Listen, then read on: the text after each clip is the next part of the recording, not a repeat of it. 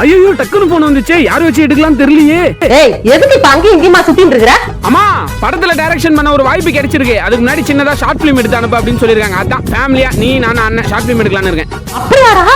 இன்னைக்கு தானே திறமைக்கு நல்ல வாய்ப்பு கிடைச்சிருக்கு. நவரசத்தி கக்கிடுறேன்டா. அம்மா ஒரு ஃபேமிலி ஷார்ட் பிலிம். உன் பையனை கஷ்டப்பட்டு படிக்க வைக்கிறான், பரீட்சையில ஃபெயில் ஆயிடுறான். அவன் வந்து உங்ககிட்ட மன்னிப்பு கேட்கறான். அதான் ஃபர்ஸ்ட் சீன். உனக்கு கேவடா? நடிப்புலாம் என் பிறவிலே பிறந்தது.